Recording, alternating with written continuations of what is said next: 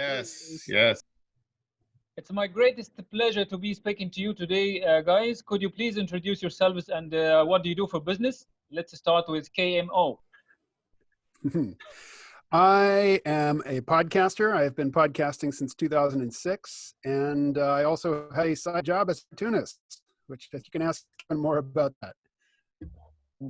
Perfect. Okay, Nour, a pleasure to be here. My name is Kevin Lynn.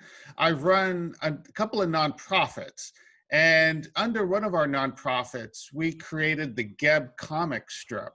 And I think it's really interesting that we're talking to you and you're in Egypt, because the inspiration for the name Negm actually comes from the ancient Egyptian god of the earth, Geb.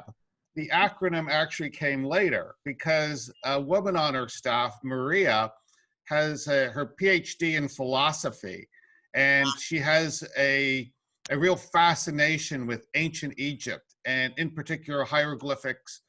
And we were thinking about, because what we wanted the comic strip to really, in a didactic manner, in a teaching manner, talk about the environment and the earth and the constraints that we have on our ecosystems.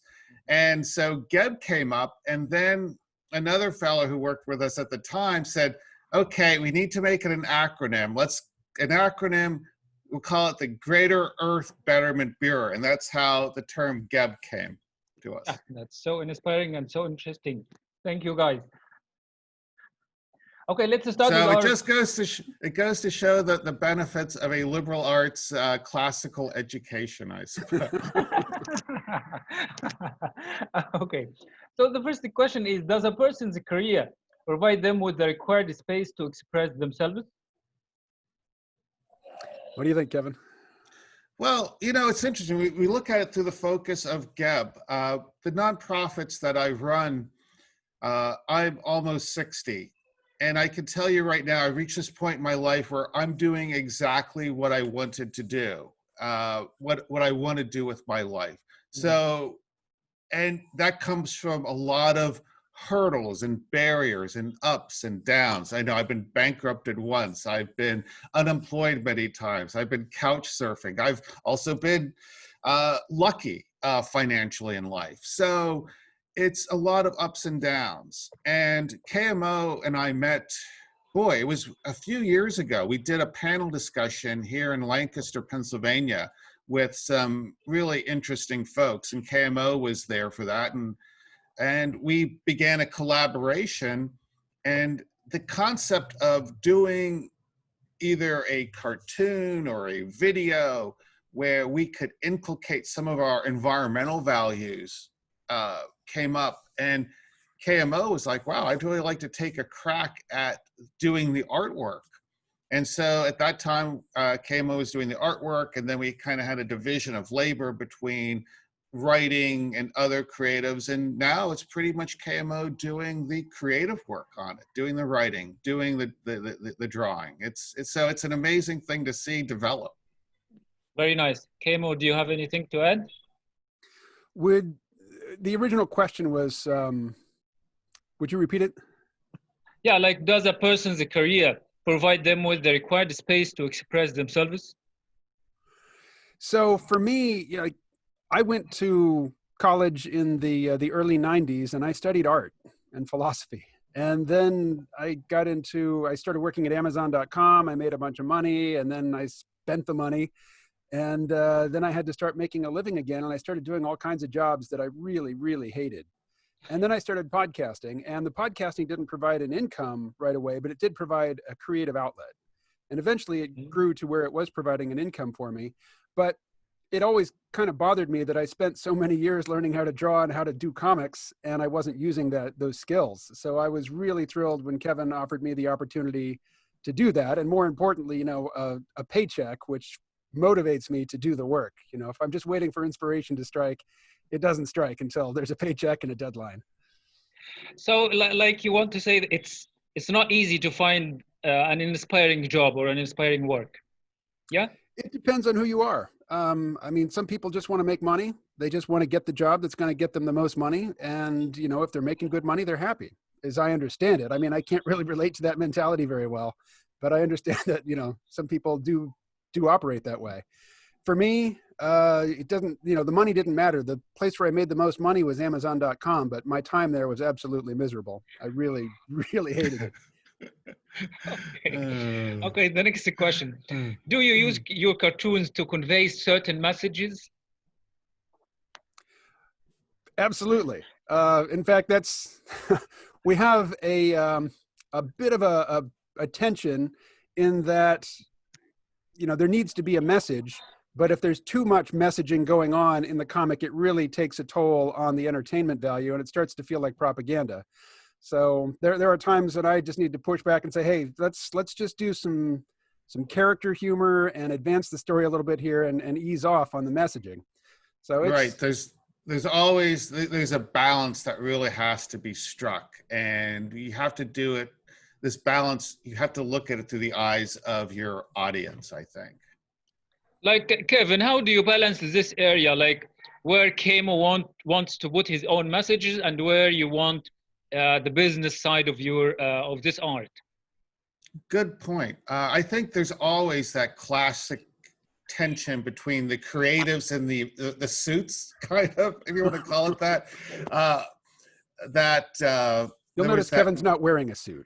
Yeah, but you really have to kind of listen. And as any good leader, when you bring good people into your organization, and I'd like to think really great people working with us at this time, you have to listen to them.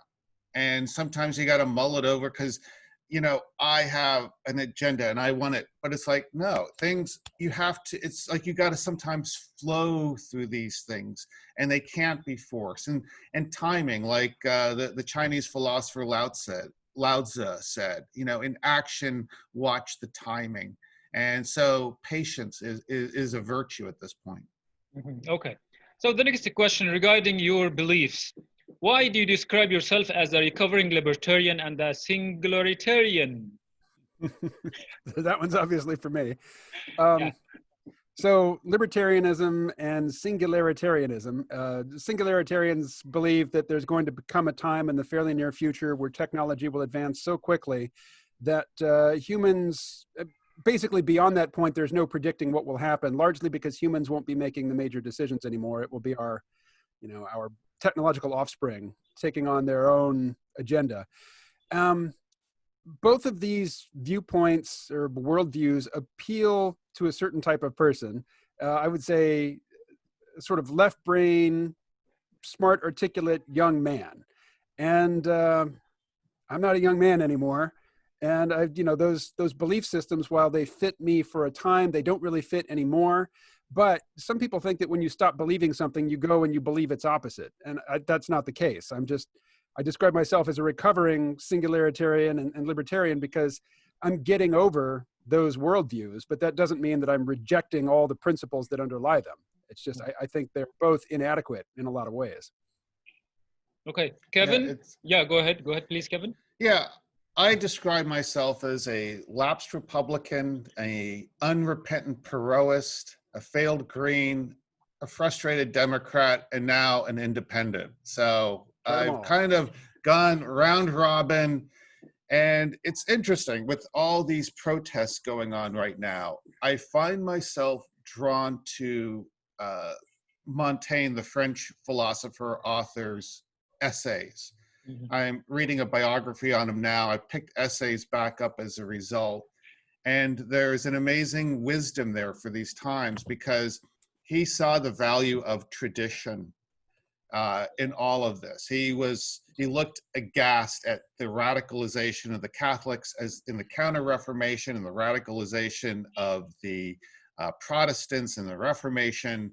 And he just kind of saw that there's, let's look at tradition. Let's not be in too big a hurry to change or react or be less than humane. So, yeah. These are very interesting viewpoints. Let me ask you a new question. Like, what do you think the new world order will be? Let's start with Kevin. It's interesting. I've given this a lot of thought over the years. And I think what we're going, I do believe that there was this concept of a new world order, but unfortunately it was founded on brute force and hegemon and empire. When the wall came down in 1990 or 89 or 90, right around there, I was actually in Europe working for the US military. And I really saw that as a green light to pack up and go home. But we didn't. We expanded NATO. We took advantage of Russia when it was weak and where we could have had a strong ally, we didn't. But also, we pushed this concept of neoliberalism, the free movement of capital and people around the globe to maximize profit. And that was its undoing. I think we'd be in an amazingly wonderful time right now. Unfortunately, the old elites decided to go on a power binge, and that's where we are. Okay, KMO? I'm largely going to be borrowing from a geopolitical analyst named Peter Zion, and his position is that the U.S. had provided global stability for about half a century after World War II, but we are finally catching up. Like the Cold War had a certain momentum to it. And even when the Berlin Wall fell and the Soviet Union dissolved, the US was still playing its role as a sort of global security coordinator, but that's going away. So I think we're entering into a period of new, renewed international competition. And, beyond that, I mean, I could go on in this vein for a long time. So I think I'll just stop there. Say we're headed for turbulent times internationally. Mm-hmm. Okay, very interesting. Okay, let's go for KMO. Like, is abolishing police the best option in the modern world? Well, that's a vague phrase. I know I did a video recently where I used that phrase in the title, and it was sort of clickbaity. I've had infuriating encounters with the police. There's a culture of policing in the United States which is just overly focused on using violence against citizens, regardless of what the issue is. So there are a number of roles that the police fill. They're really only trained to do a couple of them competently, and they're called upon to do a lot of things for which their training is not appropriate. So the police are a problem. They are just absolutely point blank. They are a problem, and something has to be done. Abolishing them outright in a single stroke, just like there's no more law enforcement anymore, that, of course, nobody is going to endorse that. I mean, even people who say they endorse that really don't.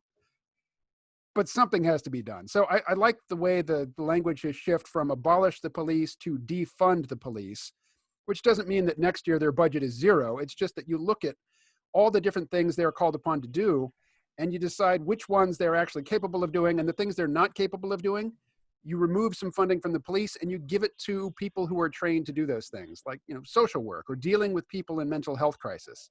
If you have a loved one who has mental health issues and they are in a violent state, you're tempted to call the police, but you know that if you do, you are risking the death of your loved one, which is not a situation anybody should be in. So that just shouldn't be the job of the police, to be the first line of contact with people in mental health crisis. That makes no sense.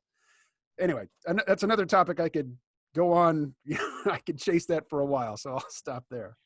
Okay, Kevin, let's go to the next question. Like, you draw current events, recent trends, made-up worlds, and even everyday life situations like this one. What solutions do you think can help solve the current world problems? I think, it's interesting. KMO and I both know an author. His name is James Howard Kunstler. And Jim has this view where there aren't a lot of solutions left. We just have a lot of consequences to deal with. And the consequences, what we're dealing with right now is this massive inequality, not just around the world, but here in the United, just looking at through the prism of the United States, we have massive inequality here.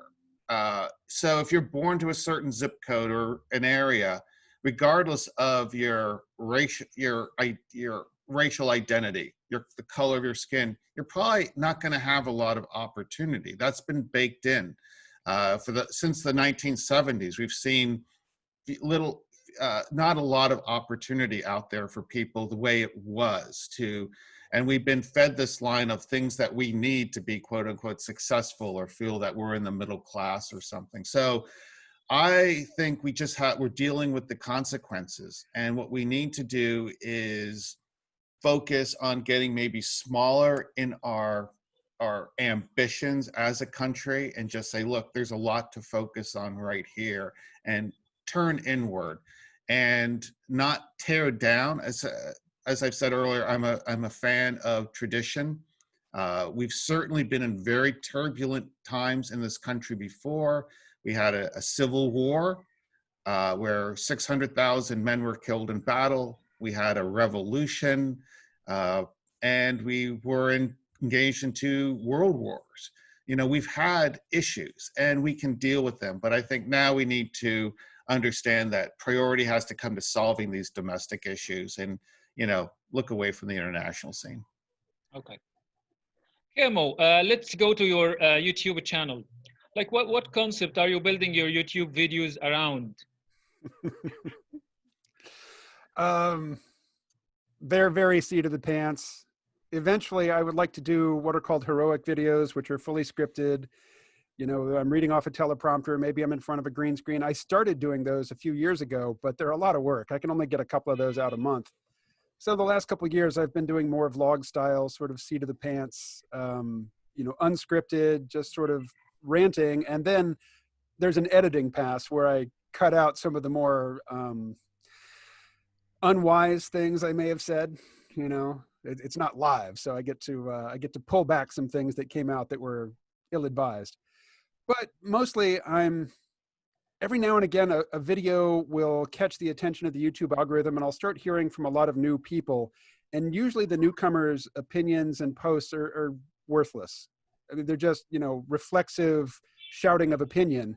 Whereas the comments that I get on videos from people who have been following my podcast for a decade or more, they tend to be really excellent. So I'm aiming more for soliciting great feedback that, you know, sparks my thinking than I am hitting big numbers. You know, I wouldn't turn down the big numbers if I could, you know, monetize it. But for the most part, in the short term, particularly like the day and the day after I posted a video, I'm looking for good comments. Okay, Kevin, let me give you this question. Like, how does KMO's popularity and his extreme opinions affect his employability in your business? Oh, for us, since we're kind of out there anyway, he fits right in. So he's a great fit here. And we're also friends. So that's kind of the cool thing about it as well. We don't agree on a number of things politically, but we're both searching. And, you know, so for us, now I could see now I've worked, but the whole decade of the 80s, I was in the military. I was an officer. I worked for some of the big accounting firms like Ernst & Young over the years, and other large tax and accounting firms. So I understand what that environment's like. And that is probably not someone like a creative's place to be. You go to these places and you learn. One of the things I love to read Sun Tzu's Art of War, and you understand quickly that it's conflict management. So you're either in conflict with yourself, conflict with another, or conflict with an organization. Mm-hmm. And it's very hard to win against that organization because they have so many resources. But you kind of say, I'm going to take this, I'm going to learn this, and then that will empower me, and off I go on my thing. So. Okay, let me go with this follow-up question. Like, how do you see KMO? Like, did he manipulate his skills, or did his skills manipulate him as a person? It was the skills, because where we are now, I forget what we were working on before the whole concept of GEB came up, KMO. It was probably just, you know, something with politics, but we were talking about doing a comic strip, and you had said, wow, I'd like to take a crack at that. And it was the skills that we were all blown away with, just the quality of the characters. And it was a lot of fun. So it was really the skills. That skill set appeared.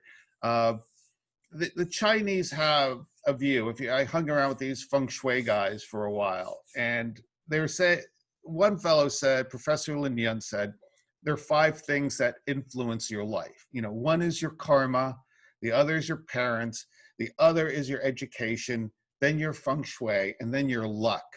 And of them, your luck is the most important. And sometimes you get this lucky happenstance. We're in the right place at the right time. It's why I'm a little humble about everything that goes on when I see people, because if not for this, then maybe this other person would be Jeff Bezos and, you know, that kind of thing. Okay, like KMO, which is more important for a person to try to discover? Like, should you follow the path through your study and the life gives you, or you should like try to find your real skills and find and get them to work? Well, I think we touched on this earlier. Some people are fine following the established path. And in fact, right now, a lot of people are in distress because established paths are disintegrating. You know, we're in this moment of transition and previous ways of getting through life aren't working anymore. So, you know, for someone like me, it's kind of a good time to be who I am, because I've spent so long trying to establish my own path that is economically sustainable. You know, I'm pretty much there.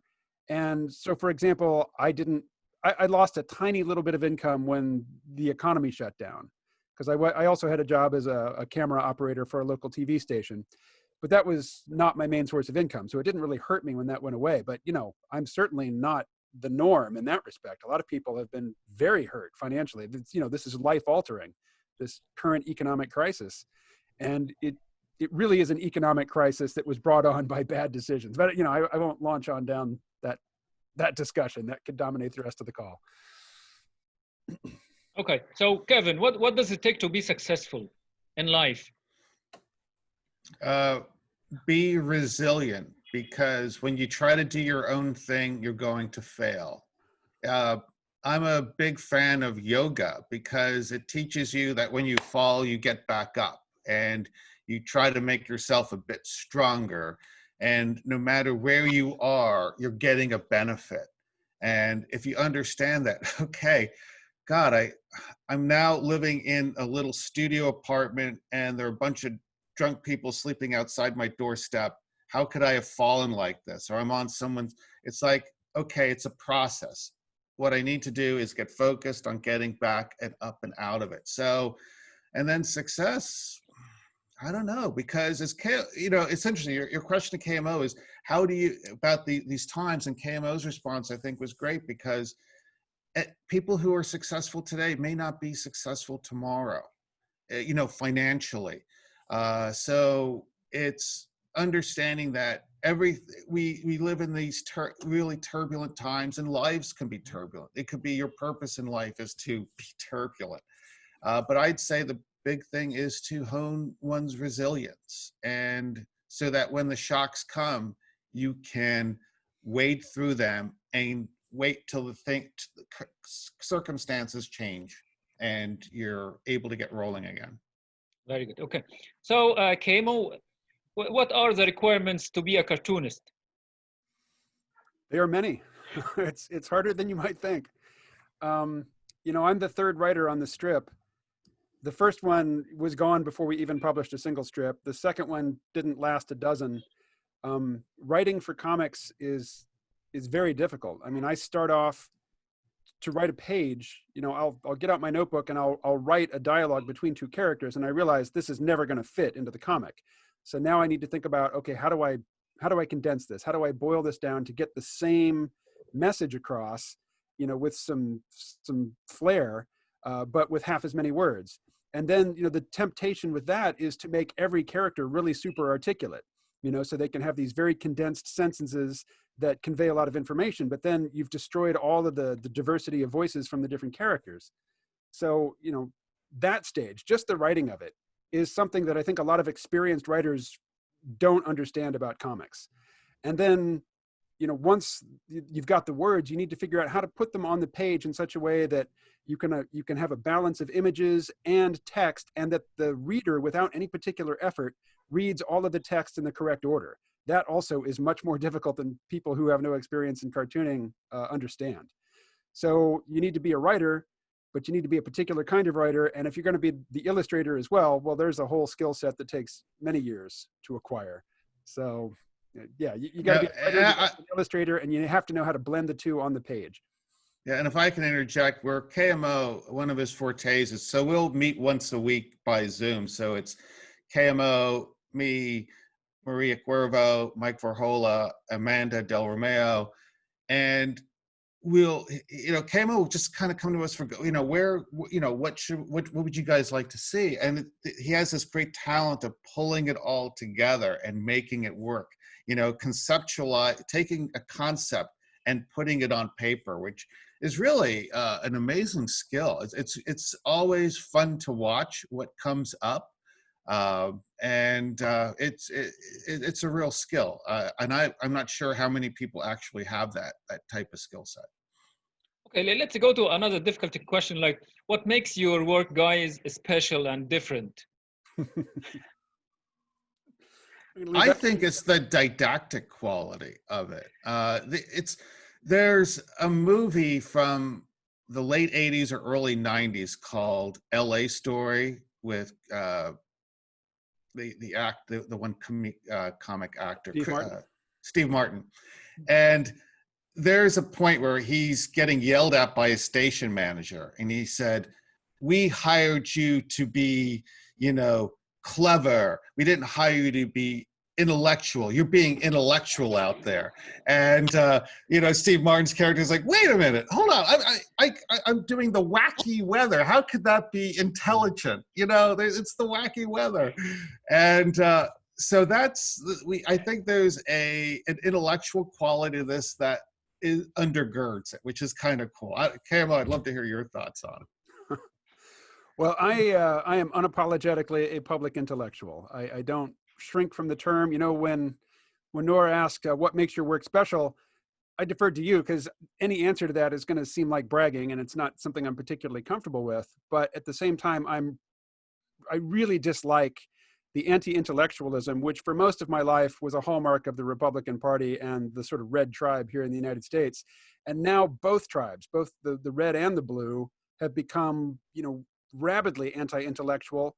On the left, there's room for a sort of pseudo-intellectualism as long as it adheres to the party line. But there's no sense of intellectual honesty or fairness, when it comes to evaluating your opponent's arguments from either side anymore. So, I want to stand up and plant a flag in defense of intellectualism. It is okay to be smart and to exhibit intellectual honesty and to give a fair shake to somebody else's argument, even if you don't like their conclusion. Very nice. Okay, could you show us some of your drawings? I absolutely will. Let's see. Share screen. Okay. Host has disabled participant screen sharing. What should I do? I don't know. Go ahead. Okay. So this is our poster child. This character's name is Joyce. And this image is for the cover of a printed comic book that we have in the works. I drew this. I did the penciling and the inking, which are sort of anachronistic terms because it was all digital. But then I outsourced the coloring to a colorist in the UK. His name is Jimmy G, and he is a professional comics colorist. So it was nice to see, my familiar character, but with a bit more professional polish on her. Yeah, very nice. This is all of the alien characters, or the major alien characters. So the one juggling here, this is Joyce. She's the head of security. Over here is Steve. He is a cyborg, and he was created to replace the previous technical specialist, basically the guy who kept all the machines running. That guy disappeared, and a character that you don't see here created him to take the place of somebody who went missing. This is Derek. He is the biologist and also the cook at the base where they live. They live in an underground base in Antarctica. And up here we have the aunt is Edwina, or Ed. She is middle management, and she was bred to be middle management. She never wants to advance. And she was really uncomfortable before the new boss arrived because she was the acting boss. So here's the new boss. His name is VZ7007Z, or just VZ for short. And he cares nothing for the Earth or for ecology or for what happens outside of his own career. He is just here to get on a fast track for promotion. So he doesn't care about anything except his own career. And so I mentioned that, while I'm the primary illustrator on this project, I'm also kind of an art director, because some things are beyond my abilities as an artist. So it's my job to go out and find artists who can, make up the difference. So this is a page that was done in collaboration with somebody that I've never spoken to. I only interact with via email. He lives on the other side of the planet. I don't know exactly where. He's in the same time zone. Power of the World Wide Web. Yep. He's in the same time zone as Jakarta. But he's good with backgrounds. So this is a page that, I drew like this panel over here with the characters. And I did a rough version of this first panel, but he redrew the spaceship. He redrew the little hula girl here on the dashboard of the ship. And then he drew everything in this big middle panel, except for these two characters. I drew those. But I bring him on to give the comic a more concrete sense of where it is set. And, to give it, like this image gives us a sense of scale and volume, which, most of the things that I draw are up close images of the characters like these. And, I write the dialogue, but my artistic skills are not all that well-rounded. So to get, nice detailed backgrounds like this, I was outsourcing to Pinky. He's our artist on the other side of the world, but he has gone email silent. So I don't know what's happened to him. I haven't heard from him in months. So that's fantastic. Anybody out there wants to earn a little money drawing backgrounds, hit us up. Here's an actual comic strip. And this illustrates just the position of the new boss, VZ. He's telling his subordinate, Ed, or Edwina, I intend to triple the output of this base over the next 9 cycles. Yes, sir. After which I will be on the fast track for promotion and transfer to a more prestigious assignment. I'll do everything I can to make that happen for you, sir. And what of your ambitions, Ed? Sir, in my world, workers are bred for specific jobs. We end our working lives where we began and never seek advancement. The idea of rising above my current rank makes my carapace crawl. Tell me, Ed, would you ever lie to me? You can count on me, sir. If lying or withholding information advances your interests, I will do so without hesitation. Excellent. Yeah, that's so fascinating. And then one more. This one's a bit shorter. Again, it's Ed. Edwina is the aunt, and VZ is the new boss. VZ says, Ed, your team seems hostile to the very notion of operational efficiency. Why the pushback? Well, sir, this planet is an ecological crisis. And we have the means to help the humans achieve environmental stability. That's not our assignment. I know, sir, but given what's at stake, the work we do here seems pointless. Right. I've heard that agents with no prospects for promotion often fixate on so-called meaning and purpose. Pathetic. Yeah, yeah, very interesting. So Okay, I will stop the screen share now. Yes, okay. There we go. Yeah, it has been a great pleasure talking to you guys. Really, I cannot appreciate your help enough. Well, thank you, Nour. You're an excellent interviewer. This has just been a lot of fun to do and kind of exciting too. It's fun to kind of get it out there. And again, it's great because the whole conceptual, the name really has its roots in ancient Egypt. So Thank you, guys.